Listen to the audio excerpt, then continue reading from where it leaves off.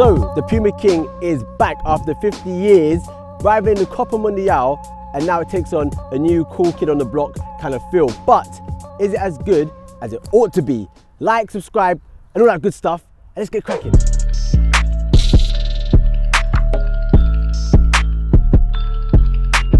So let's talk about the upper. Now, previously, the Puma King was a leather-based boot. Everyone knows this, that's why it was a classic. Now, nothing's changed with the brand new version. You've got calf leather across the entire upper right here. There's a revamped version where it's slightly heightened just down the center of the toe box, which allows for more grip on the first touch, which is a great add to the new boot. Overall, it's very, very supple. The first touch is super damp, and it's a great base for any player that likes that classic feel of a boot.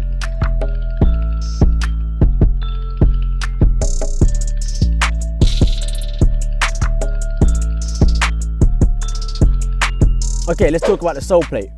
Now, this has been probably the biggest change to the boot because naturally the Puma King was quite a chunky boot in itself. What they've done is they added the same rapid sole plate from the 19.1, slapped it on the bottom, and what you get now is a more sleeker and streamlined version in terms of aggressive traction when it comes to speed. So think about the modern game, pushing off, braking and turning. Kind of everything that you need as a modern player, especially in the center of the park.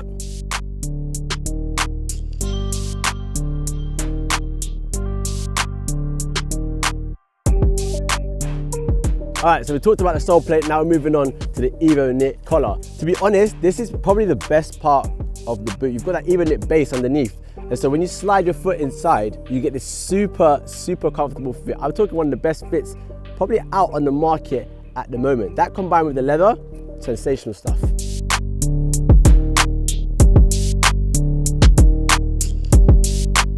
Alright, last but not least, it's the heel counter. Now, you guys might not realize the importance of having a properly fitting heel counter. Is vital for any setup performance. And Puma have that right here with the anatomical heel counter. Now, not only is it sturdy, but it stops the rolling on either side. So obviously when you're inside the boot, you're firmly locked in and you can get that optimum performance too.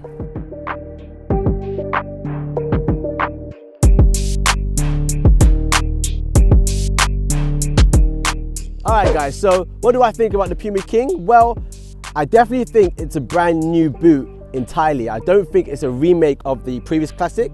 What I do feel, however, is that it's actually a good boot in itself. Now, Puma tried to make the Evo Touch, if you guys remember, which for me was a failure in terms of shape. That was the key thing. But this has superb shape. That's the one thing that has impressed me the most, the fit. Other than that, the leather's good.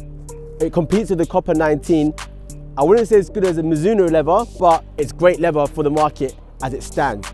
In terms of the looks, sleek, classic, all black, you really can't go wrong. And the chrome sole plate, I mean, we don't mind those, do we?